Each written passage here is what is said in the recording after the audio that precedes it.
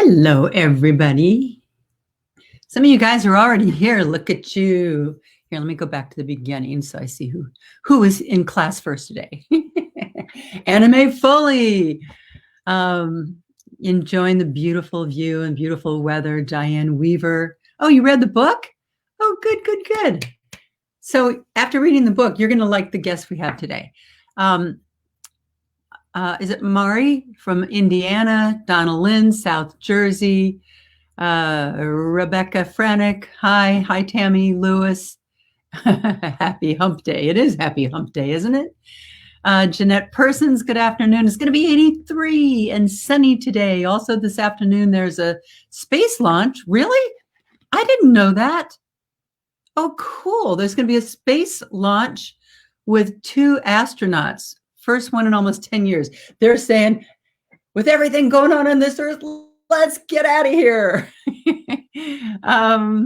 Cindy Abood, present. And Cricket, how you doing, Cricket? I finished your book. Lots of good information. So if you finish the book and you kind of got all that kind of information, you're going to be really interested in today's show. What is it? I looked it up, the 27th. It's National Senior Health and Fitness Day. Okay, of course, none of us are seniors, right? I mean, we're all into health and fitness, but we're not seniors. If you read my book, you know that I say, there, I put a little marker in here, we should begin referring to age as levels. So when you're at LVL 80, it sounds more badass than just being an old person. So listen, I'm coming up on level 70, and I'm going to tell you, I'm feeling pretty badass. So some of you may have been with me when I first started this weekday live show back in early March. But back then we were joined by Brad Davidson, and Brad is an author and a speaker, but he is a performance coach.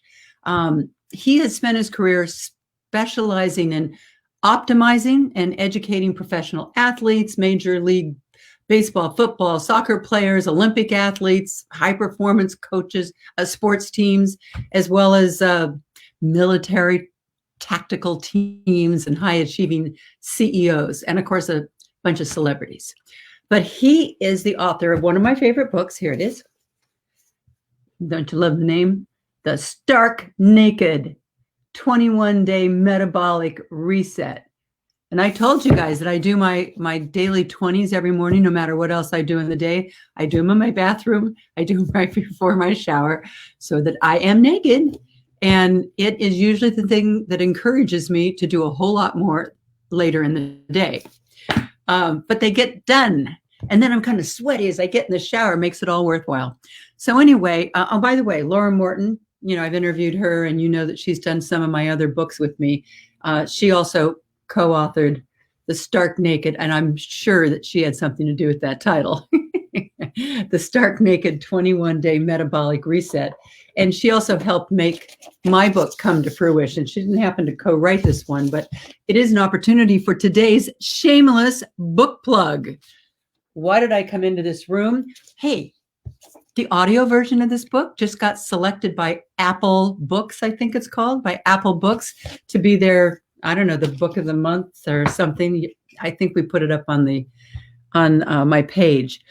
But while Brad works with all these high-achieving athletes and CEOs, he is incredibly well-versed on the female metabolism. And I think he loves talking about the female metabolism and all the issues for our metabolism as we age.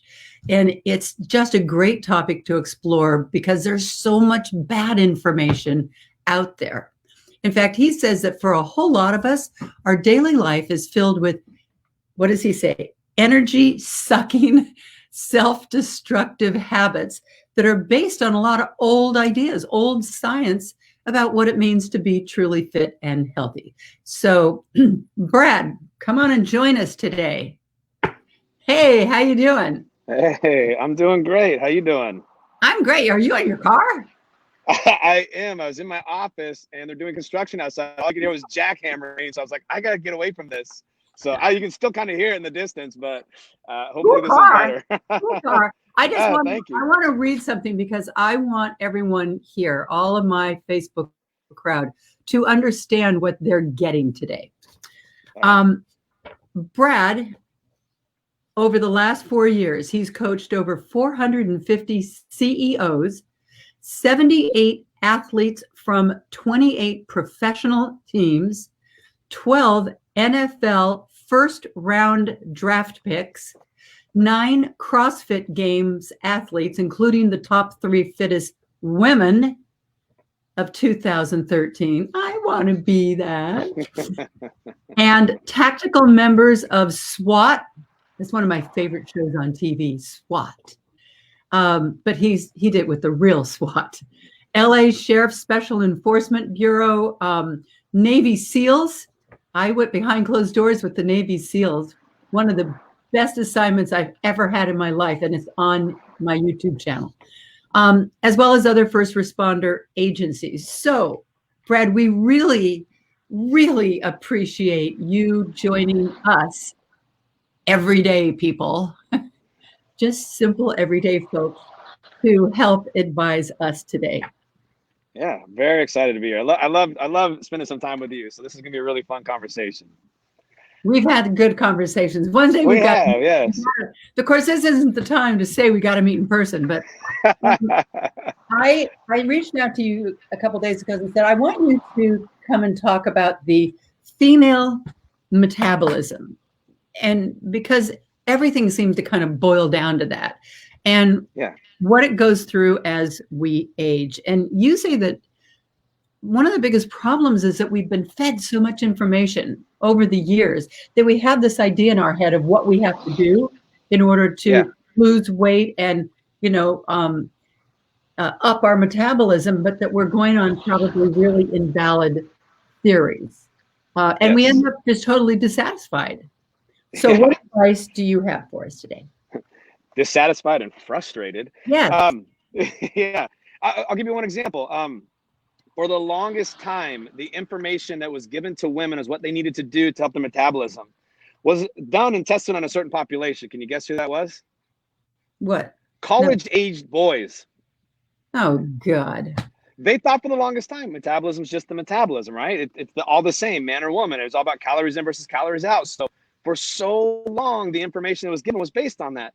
And I know women have experienced this. You do a program with a friend or a significant other, and he kills it, and you get no results. It's because it was all built for his metabolism. So that's an example of how frustrating this can get. And here's the other key thing is what they're missing is how the hormonal cycles of a woman plays into all this.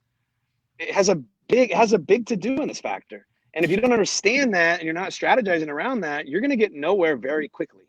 So we're going to get into the nuts and bolts of that. But first, I also want to say that you also think that one of the issues that women deal with is that once we get that bad advice, and now we've been living with it and we've tried, like we really have tried, and it hasn't worked, but then we begin with that female self-talk.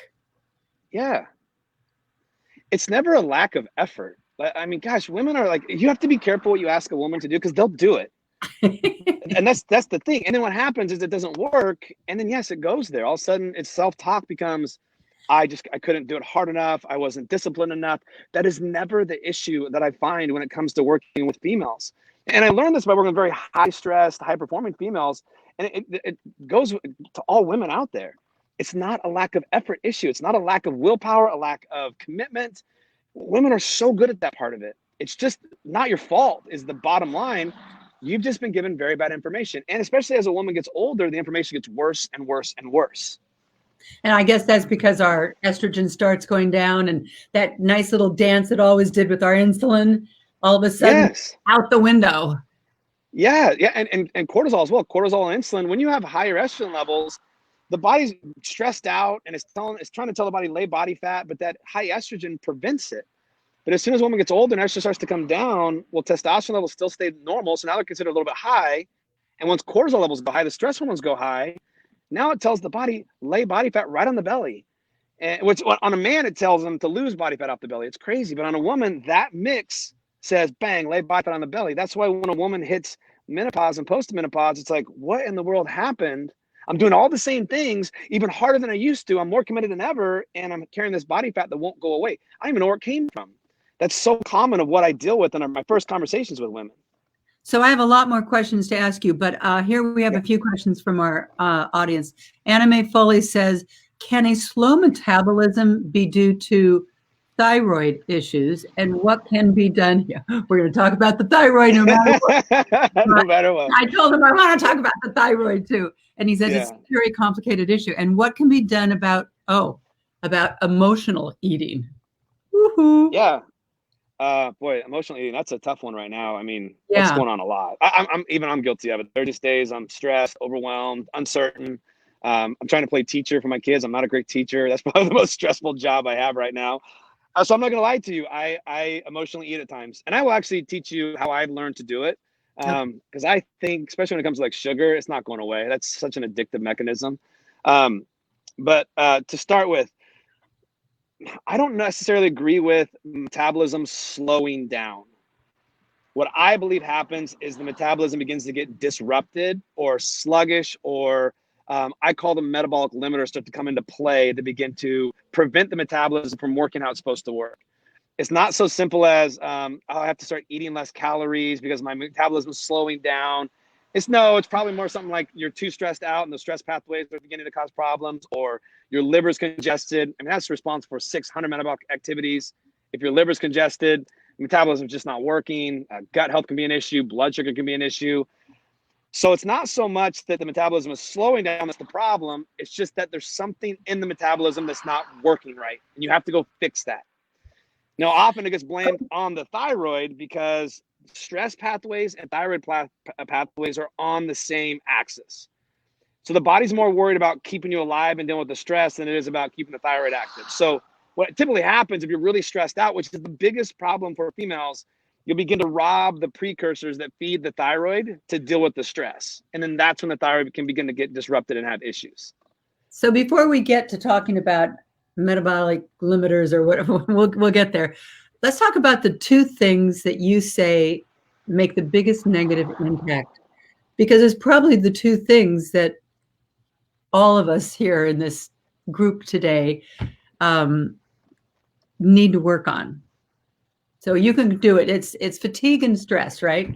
And I guess fatigue and stress and lack of sleep. Yeah. Fatigue and stress are the two biggest nemesis to a great looking body, great energy, great engagement, and great performance in whatever arena you're in. And I know I work with a lot of very high achieving people and CEOs and pro athletes and tactical teams. My biggest focus is being a great dad. So like, I'm a high achiever in being a dad. Like, that's my thing. So everything I do is to perform as a great dad. I have an 11-year-old daughter and a 5-year-old son. And so when I talk about high achiever, like, I want to give you an example. That's my world of being a high achiever, is having great energy. So when I get home and I'm with my kids, they get the best of me, not the rest of me. So you don't have to be a CEO. It's not just an Olympic athlete or the CEO of a major corporation. All right. It's not. For all of us. Yeah, I think we're all high performers. We all want more energy. We all want to engage better. We all want to have better relationships, and we all want to perform better in whatever our role is in this world. So that's what I talk about when I talk about high achievers, is how do we drive better energy? But stress and fatigue are the two biggest issues preventing people, women specifically, from getting the results they deserve from their effort. When you're stressed out, the metabolism begins to fall apart. And really all your metabolism is, we discovered, is it's just a stress barometer. I learned this from a gentleman named Dr. Jade Teta. It's just a stress barometer. It's constantly picking up signs of internal stressors and external stressors and telling you how it's doing. Classic example, you decide you're going to start working out to lose weight. Exercise is stress. Okay. And immediately what happens, you add the exercise, and what follows? Hunger. We're like, oh my gosh, I'm so freaking hungry. January 1 is our first workout. By January 3rd, we are freaking out over wanting food because we're so hungry. By January 5th, we blow it by eating too much. It's very common. Research is showing like exercise is like the worst strategy to lose weight, yet we're still told best answer. So that's how stress comes into play. And then once fatigue kicks in, once you're tired, nothing else matters. Because when you're tired, your brain's not working well. Your metabolism's not working well. You're not able to engage and connect with people you love.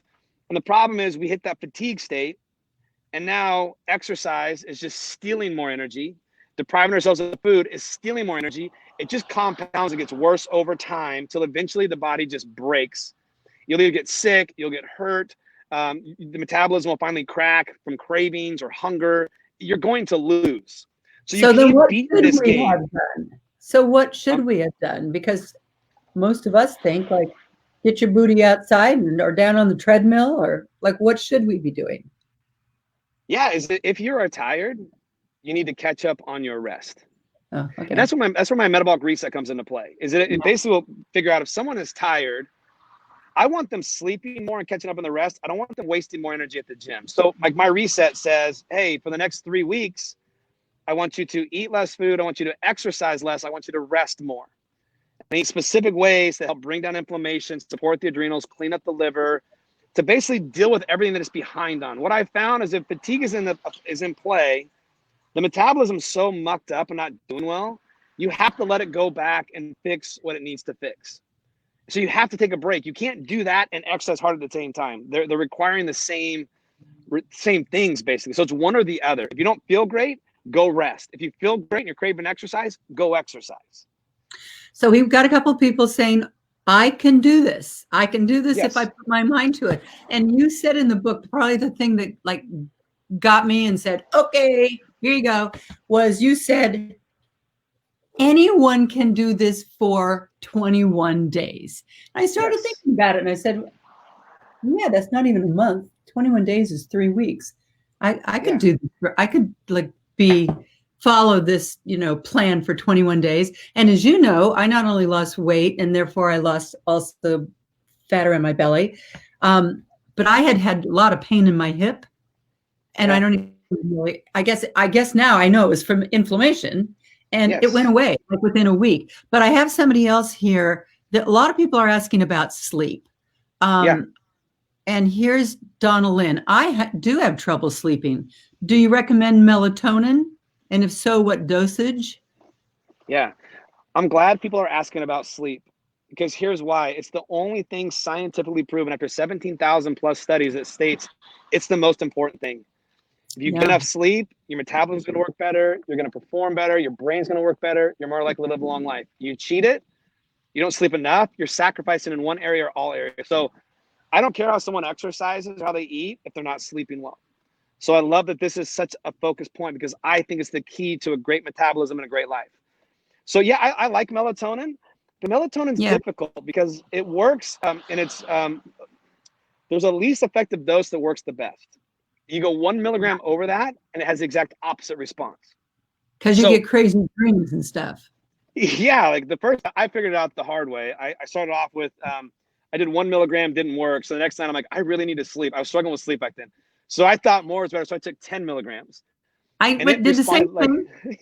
Yeah, I responded like, it was like speed. Like I was wired all night. Yeah. I went to the doctor and he's like, you dork. Like, that's not how it works. You start with 1 milligram, then you go to 2, then you go to 3. Yeah. Eventually you're going to hit a point where it has an adverse response. You go 1 milligram under that. Now, it's not my favorite tool for better sleep. My favorite tool to start people on is magnesium, because magnesium calms the stress response down. And that's often the biggest issue, is that people are too stressed out trying to fall asleep, and that's why they can't fall asleep. I use a simple one called Calm, C-A-L-M, by Natural Vitality, I think. Yes. Yeah, that one works really well. It's one I personally, there's all kinds of them out there, but that's one of the ones that I personally take that's easy to find. Just take 1 or 2 teaspoons of that before bed, and it really helps. It really helps. I think it's much more effective. And there are certain foods also that have magnesium in them. Yeah, for sure. And you had me eating that last little thing a little tiny bit later in night, not much. I think it was like a little piece of fruit or some cottage cheese or a handful of cashew. And I couldn't figure out why, but it was the right food to take me down that path. Yeah. Those are great. Those are great foods that have what's called tryptophan in them. Tryptophan leads to serotonin, helps produce more serotonin in the brain, which is another neurotransmitter that calms the body down.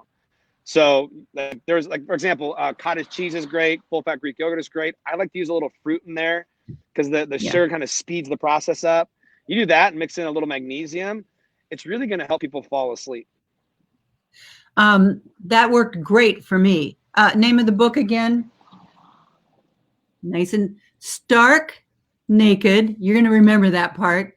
Stark naked, 21-day metabolic reset by Brad Davidson. All right. And we'll put it up too. So I just saw one though that talked, and by the way, I use a compounded melatonin.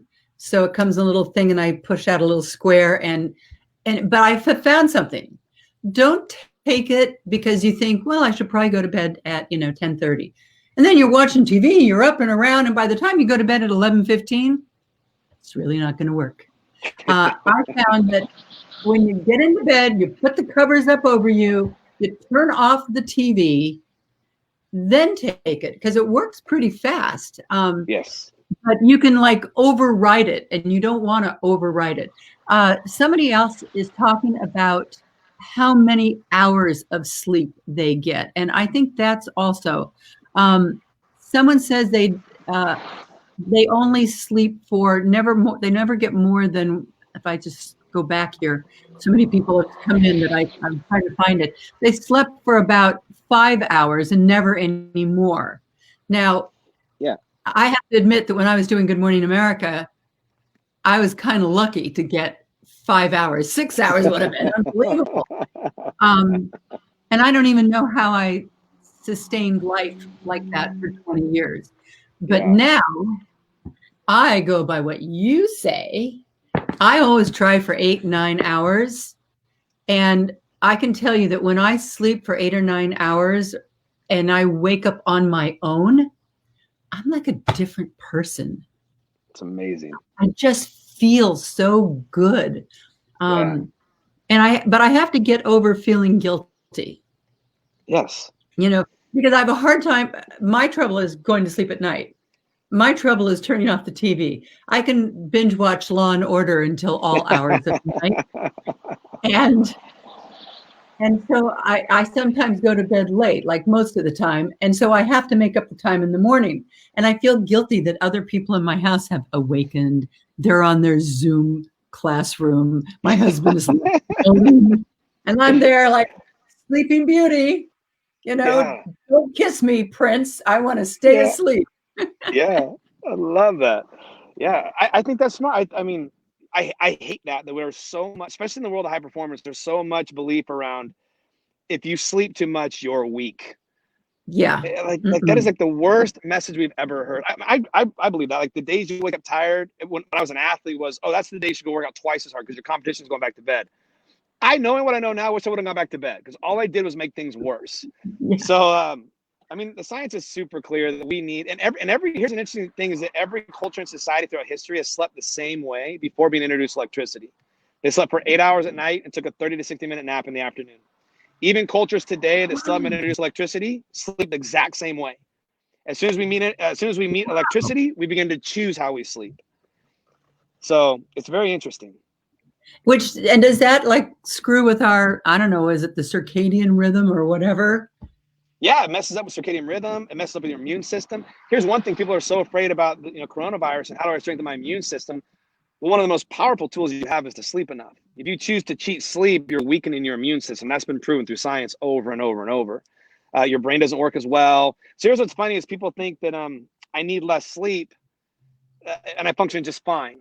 And I challenge people I thought the same thing. And then Dr. Daniel Amen is one of my clients. And I went in and did the whole brain scan. Yeah, I worked with him. He's like a guru of the brain. Yeah. So he and his wife have been clients of mine for, 12 years now. And I went and did all the brain scanning thing. And what was interesting was that my brain wasn't working very well because I was cheating sleep. But I didn't know it until I saw the results of all my testing. It was amazing how poorly my brain was working, but I thought it worked great. And as I started sleeping more and putting more emphasis on taking care of my brain, which is I've integrated that into all my work because it's so important. If your brain's not working well, nothing else matters. It's amazing how much better and more engaged I am with that brain. I'm making less mistakes. It's phenomenal. But I, for the longest time, thought that I functioned really well with less sleep. Now, I'm not saying that there are not people who can function with less sleep, because there is. But here's the caveat. They've figured it out. There's a genetic makeup. There's a certain percentage of people that can function off of 7 hours of sleep or less. But you are more likely to be struck by lightning than actually have that genetic makeup. So a lot of us think we're that person. All my CEOs think they're that person. But I've yet to see one that actually is once we get genetic testing back. But so I'm not saying that they're not there, but it's very, very rare. Somebody here says, I've slept with TV on my whole life. Does that really affect the 5 hours that I get? They say yes. They say the light, just the light from the screen. Yeah, the blue light will suppress the amount of melatonin you're producing. So they say yes. But I will tell you, I know a lot of people that have to sleep with that on. So my suggestion is start with it. And if you can, maybe start setting a sleep timer, because what they're finding is when you sleep in a very dark room, the darker the better. The deeper your sleep, the more deep sleep and REM sleep you get, the better result you're going to get from it. I recommend people get what's called an Oura ring, OURA.com is the ring. It does a really in-depth analysis every night of your sleep. And it shows you your light sleep, your awake time, your REM sleep, and your deep sleep. Because a lot of people think, oh, I sleep great. I don't buy that until I see data coming back as to how well they really do sleep. Spell that again for us. And is that an app? It's a ring that goes to a phone app. Yeah, it's called OURA. Oh, I bought one of those for my husband. Is this the one that Meghan Markle bought for Prince Harry? I believe so, yes. It's black? Yes. Okay. Yeah, it's just like a basic little band. But it does a lot more than just sleep. But it tracks, can sleep. It tracks your readiness every day. It tells you how well have you recovered, how much stress can you handle for the day, which is another tool I love to use with people, because we think I can go hard every day, and that is the farthest thing from the truth. You want to go hard on the days you can go hard. You want to back off on the days you're not doing so well. That's how you get great results long term without overdoing it. And that tells you, like, okay, good day to go hard, bad day to go hard. So here's Laura Morton saying Brad's a big believer in magnesium, but then right below that, Tracy Siebert saying, how much magnesium? Oh, that's a good question too. I always start people off with about 400 milligrams, and it ends up being somewhere between 400 milligrams and 1200 milligrams. You know you've taken too much when the next day you have loose stool. Oh. So just back off from that. So for example, with the Calm, I can take 1 teaspoon just fine. If I take 2 teaspoons, it's too much for my system. I wake up in the morning with loose stool. Fun thing to talk about with you, but that's the way you know. We women talk poop talk, so don't worry. Yes, yeah. So good. Well, I'm joining in the mix on that. So in other words, I mean, I kind of learned from your book. I mean, not that I didn't know it already. And sometimes I mix up, did I learn this from Brad or one of the other 15 books I read on the subject? But the idea of no light and of not even putting like things in your room or a street lamp outside even. I think I got this from your book, to shut that curtain, but to really honestly have no light. And so now I work on it that if I am, say my husband's already gone to sleep, the lights are out, but I want to go in and I want to go to the restroom one more time before I go to sleep, I will make sure I've eliminated all the lights, all the little night lights along the way. And when I go in, I touch and find myself back to the bathroom because I don't want to turn that light on, because I'm afraid if I do, it's going to like reset my clock. And then I'm going to have to start all over. And so I'm very careful not to have any of that light anywhere. And it has been a huge help, I think. Yeah, it's very powerful. One thing you can do is you can use amber colored lights. It's the blue light that's the problem. So my bedroom, my bathroom off my bedroom, all have amber lights in them. So if you have amber lights on. Is that meaning that you put like a little night light in, like that's kind of more of a orange or red light as opposed to blue? Yes. Is that what you mean? Yeah. Yeah. Okay. You can find them online. Just say just Google like amber night lights or amber light bulbs, things like that. You can find them. So yeah. So my bedroom and the bathroom off my bedroom all have the amber light in them, and it's like that at all times. But that way, if the lights are on, it's not because what happens? The blue light stimulates the pineal gland. To suppress melatonin and trigger stress response. The red lights will not do that. You can do the same thing and get the amber colored glasses. Those are another thing. I tried that. That was just too much of a pain to wear them around all day. All evening. So I just put the red lights in my room, and it's been great. So obviously everyone's loving what you're talking about, because several here, I've got more, said, I just bought Brad's book. That's awesome. I love it. Here's somebody, Jan Lynn Adams. Does a ceiling fan interrupt your sleep? See, it does me. I hear it and I feel, and I know on a hot day, maybe somebody's using that. Yeah. Me personally, I have a hard time doing that. Yeah, that all comes down to personal preference. I love the fan. So I have a fan on because I like the extra noise because I can hear things. I'm a lighter sleeper most of the time. So like little noises will wake me up. The fan drowns that out. And I like the cool air. So it's personal. Okay. It's either going to make it better or worse. And whatever it is, choose that option that makes it better for you. I know people who sleep with the Dream Machine or whatever it is, and they can't go to sleep without it. And I know that there are also I have a couple different apps that if I'm just really not getting to sleep one night and I'm like, OMG, I will I'll put on that app and I'll stick the little thing in my ear so that my husband doesn't hear it. That will like take you off.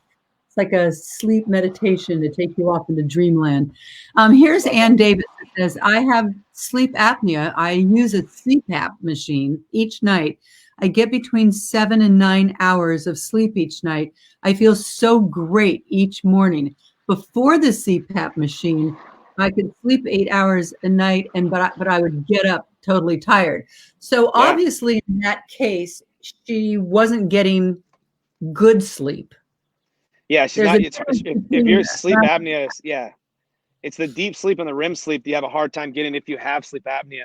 The CPAP machine is an amazing tool. Like, if anybody's having issues or thinks they might have sleep apnea, I have them go get tested because that just adding that CPAP like Ann's done can be life changing. Life changing. A lot of the women also have said that they are in menopause, and ever since they got into menopause, they have trouble going to sleep or staying asleep. So I have a great strategy for that, and most women love this strategy. You want to use antioxidants that support the uterus, basically. So a little red wine and a couple shavings of good dark chocolate will really help. You do that with some magnesium. I found it to be a very nice, sweet mix for my women dealing with menopause to help drive better sleep. You want to say that? I'm writing this one down. You just got all of our attention. I know. There's a reason why it's craved. It's because it works. So it's a little red wine. And from my research, like Spanish red wine is like the best. It has the most resveratrol in it. But then any red wine after that is good. Yeah, just like, we'll say one glass, right? Not like a big glass, like a normal size glass of wine. What is it, like 2 ounces or 4 ounces or something like that? And a couple shavings of really good dark chocolate, 70% or more is what you want to take. You combine that with a magnesium, and I found it to be just a sweet spot for helping women in menopause sleep better. If you don't drink alcohol, no problem. Use some tart cherry juice. Tart cherry. Oh, so that's another thing I own because of you. Yeah, the tart cherry juice works really well for people. So you just have to know. Here, I only use these to see. Maura, I wrote this in bold letters. I'm sending it to my husband. Ha ha. Tracy Secret. Yum. Merlot. She's going, yes. Laura Morton. Ha ha ha. I love this part. You definitely got a lot of people's attention here, but it's so awesome to know what the ingredients are in a certain food that you actually like, that you probably deprive yourself of. Yes, because we're made to feel guilty for doing it. Yeah. I do want to ask you just a couple of questions that I actually had written down. Yeah. Stress. Just talk about. I know this gets into the thyroid area, or the liver area, but talk to us about why we wake up at 3 o'clock in the morning. And we think it's because we need to pee. Yeah, it's a physiological dysfunction. It's very common. I find it tends to be either 1 to 3 a.m. or 3 to 5 a.m. Okay, yeah. And so I want everybody to understand. I have to be very open-minded in this. I work with people that have tried everything and nothing works. So I have to be cognizant of, I got to try everything and explore everything. Because so often I've found the craziest solutions that you would never think work really well. For example, the red wine and chocolate. Like, I've discovered in the trenches working with women that is a home run for a menopausal woman to add in. So why would I not put it in? I want her sleeping better. I care more about her sleep than I do about the sugar from the chocolate or the wine. So what I found, Chinese medicine really gave me a lot of good information on this specific topic. Okay. Someone's waking between 1 and 3 in the morning most nights, especially if you're waking 1 and 3 in the morning having vivid dreams. That's a classic sign that your liver is congested. So you need to do some liver support before you go to bed at night. I like women to drink green tea throughout the day, and then before bed have something as simple as like milk thistle, about 500 milligrams of that. It's just an old European herb that helps support the liver. So when you're sleeping at night and your liver is doing its job, it has a little army backing itself up, so you don't have to wake up from all the extra metabolic response of dealing with that liver. The other thing I see is women tend to wake between 3 and 5 in the morning. If that's the case, that tends to be more on the lung meridian line from Chinese medicine. It tells us oxidative stress levels are high. They need a good antioxidant. So that's where I like to use the tart cherry juice. Like just 2 to 4 ounces of that before bed can really help if you're waking between 3 to 5. We should not be waking throughout the night. Straight or mixed with, drink it straight or mixed with something? I like it just straight, like just not the tart cherry juice concentrate. Like just I use the Lakewood tart cherry juice as the one that I like. Yeah, just 2 to 4 ounces of the actual juice works really well. And that works really well, man or woman. But those strategies work really well, man or woman. The other thing that I do see is if someone's under a lot of stress, it could be a stress pathway waking them up. For example, blood sugar could drop, spiking a cortisol response. So we'll have some people, I call it the sleep hammer. It's a teaspoon of coconut oil, a teaspoon of honey, and a pinch of sea salt. You mix that up, it stabilizes. If you find, because I've learned just from having a son that was diagnosed with type 1 diabetes, and I watch his levels all the time on my phone from the thing that he wears on his arm. And I see that almost always your blood sugar levels tend to go down in the morning, right? And then they make a move so that then they start to wake you up. But so do most of us, like if the rest of us wore that continuous glucose monitor, would we see that our blood sugar levels are doing the same thing? Those are really, I've worn one of those for a while. Those are really interesting tools. So the problem is it should not just like drop out. It shouldn't bottom out in the middle of the night. If it's bottoming out in the middle of the night, then the adrenals have to kick in epinephrine and norepinephrine to pull it back up or you'll die. So that's the response, but that'll wake you up. So we want to stabilize that. Your blood sugar, you should wake up in the morning with low, stable blood sugar levels. That's an advantage to have blood sugar and insulin stable in the morning. It's a really good tool. That's how it's supposed to work when someone's not a diabetic, is it's low in the morning and it's stable. The worst thing people can do in the morning is have a bunch of carbs at breakfast because now it spikes insulin and it shuts the brain down, relax everything. So I like to start women off in the morning with just proteins and fats for breakfast and utilize that lower, more stable blood sugar throughout the day. But what happened is if in the middle of the night, blood sugar will tank or liver glycogen levels will tank and the body has to respond with an adrenal response to stabilize those blood sugar levels out so you don't die, and that'll wake you up. So the coconut oil will stabilize blood sugar, feed the brain. The honey will stabilize the liver. And then the sea salt, I like to use a lot of sea salt throughout the day because there's lots of studies showing it calms the adrenals down and helps them work better. So how do you do this? Coconut oil?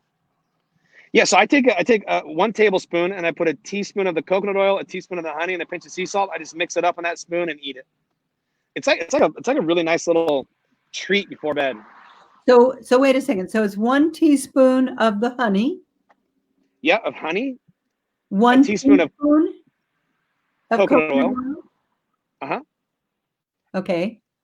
And a little pinch of sea salt. You just mix that up before bed, and it'll really help stabilize sleep throughout the night if blood sugar or stress response is an issue, which is very common. We use the Himalayan sea salt here. Perfect. That's just as good. I love that stuff. So someone's just saying, Gail, you're saying I'm so bummed because I missed the first 40 minutes. You can watch this. Just remember, everybody, even I am going to go back and watch this because I want to like really be able to take notes because I always learn from Brad. Same reason why I read certain chapters of your book maybe 3 or 4 times because it was so important, information dense, that I wanted to like read it over and over again so that it became part of my brain, that I wasn't just reading somebody else's written words, that I truly understood it. Because I felt like your book, along with, maybe 10 other ones, I felt I had to truly understand it in order to write my book. Love that. And I found it incredibly empowering to better understand how my liver and thyroid and pancreas worked. Yeah. It was the coolest thing. And it was really empowering, because then I felt I could actually do something. I literally every now and then say, nice liver, nice. It just was really nice to you. I just did the nice warm water with the lemon juice in the morning, and I sat down and I didn't drink it standing up. So I'm being really nice to you, thinking that, I don't know, like talking to your plants or something. I love that. What's the deal about drinking water standing up? I have no idea. Oh, okay. So then that was from someone else's book. Never mind. Yeah, I have no idea on that one. I've never heard that before. Well, because the book said, I don't remember whose book, that you shouldn't drink water standing up because it like rushes down right into it and goes through. But if you drink it sitting down, that you actually absorb more of it. I hope that's true, because I sit down all the time now to drink water. I have no idea. I've never played with that theory, so that'd be an interesting one to test out. So listen, I know I've got to like wrap you up. I mean, right now, people are more stressed out than ever before. They're also feeling very lethargic, because part of it is like when you lay around, you kind of somehow feel like laying around more. If you get up and go out and walk around, then somehow you come back and like, ooh, okay, I feel better. What's your advice for us to have a better metabolism and better, just the parting words today? Yeah. What I've been having all my clients do through this, because it's affecting everybody, is utilize walking. Stop exercising super hard, because that's really stressful. And utilize walking. I'm serious. Like 1 in 15,000 people a year in America die exercising hard. If you do it 5 days a week or more, that stat drops to 1 in 13,000. It's a high stress activity. You don't need that right now. Walking calms the stress response down and makes you insulin sensitive. It's the thing, and even if we get out of this and life kind of returns to normal, whatever that's going to be, and the stress level starts to come down, women, especially like menopause and postmenopausal women, should utilize this, because it's the stress response and the lack of insulin sensitivity over time that gets worse as a woman ages that becomes a big problem. So you should walk every single day. Because you said it kind of fast, and I'm really listening to this, and I'm happy that you're saying this, because I haven't been working out hard in the gym, but I've been walking like crazy. Because when you walk, it calms you down. It brings the stress response down. Okay. And it makes you more insulin sensitive. And because what happens, as a woman ages, her ability to handle stress becomes worse, and she becomes less and less insulin sensitive as she gets older. So what we need women exercising less hard, less often, and walking a whole lot more, because we have to calm the stress response down and improve insulin sensitivity as a woman ages. That's so important, because if those things keep running amok, it's just going to create havoc once the estrogen and progesterone start to drop from the aging process. All right. So everyone, we're going to walk more. And by the way, Brad, also I kept reading over and over again that the best thing to do is to go out in the morning and let that sunshine hit us in the morning. Even more important than the afternoon, because I guess it has something else to do with our circadian rhythm and our ability to go to sleep at night. Would you agree with that? Yes, 100%. Being outdoors, especially early in the day, wakes that pineal gland. This is all blue light coming down on me right now. Wakes the pineal gland up, spikes cortisol, right? It puts you in a state to live life well. We wanted to get that in early, and then at night we want that to taper off as the sun goes down. That's why I like amber lights in the evening time as that goes down, because now we need to calm the brain down and bring stress response down at night to improve our ability to fall asleep and recover. It is not about working out hard anymore. Like that needs to be just tossed. That is not the solution. I had a hard time getting that through my brain, because I had been so conditioned to work out as hard as I could. Just tell us about the Metabolic Breakthrough Program. Yeah, so I've created a program, especially now since we kind of been locked up. I built it off of what I've done over the years of my one-on-one clients. It's basically this reality. There's a 3-phase system that I've discovered we need. Phase 1 is to reset the metabolism. People have got the book. Actually, I think something like 35,000 people have done that now. You have to go in, find the metabolic limiting factor in your physiology and fix that. That's phase 1. Then phase 2, you have to restore a healthy, high-functioning metabolism. That is super critical.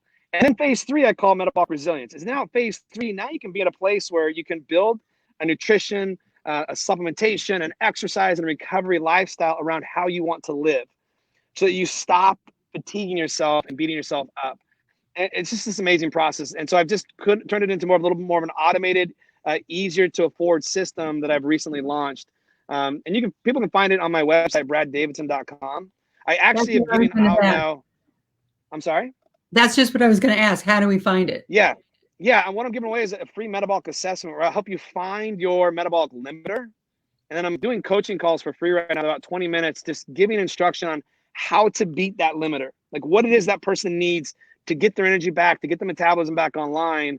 And then from there, I'll share with them the program that I have as well if they want to do that. But I'm going to give good strategy with the assessment to say, hey, it's your liver issue. Here are some things you can add in to help your liver support it to get your metabolism back online.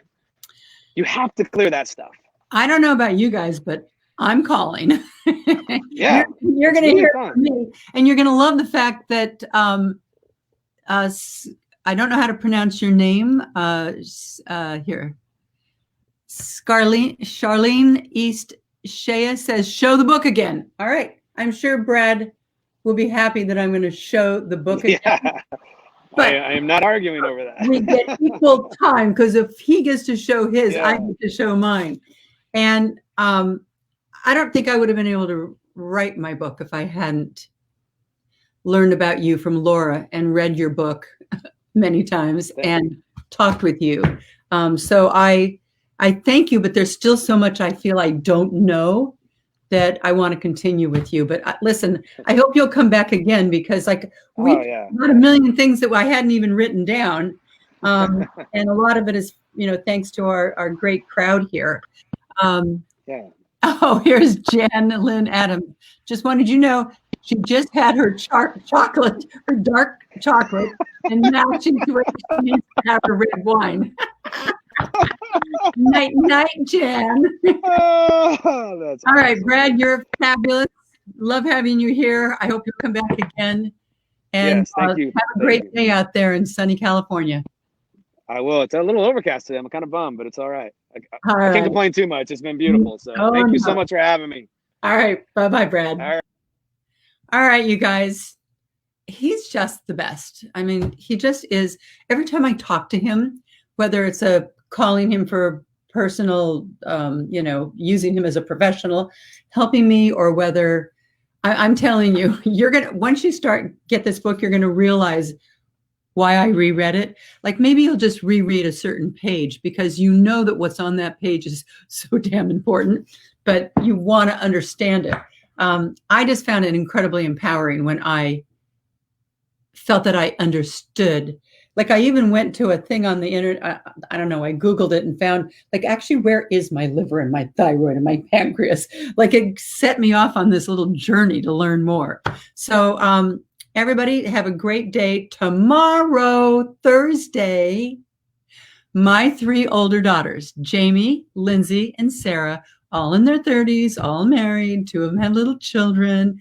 They're all going to be here. And if there's some certain questions that you want me to ask them, or that, that you just want them asked, or that you want them to ask me, or whatever, they're game for anything. Leave it right here and we'll pick up your questions. All right. Namaste, everybody. Let's take care of our health and our happiness and get sleep. All right. Bye-bye. See you tomorrow.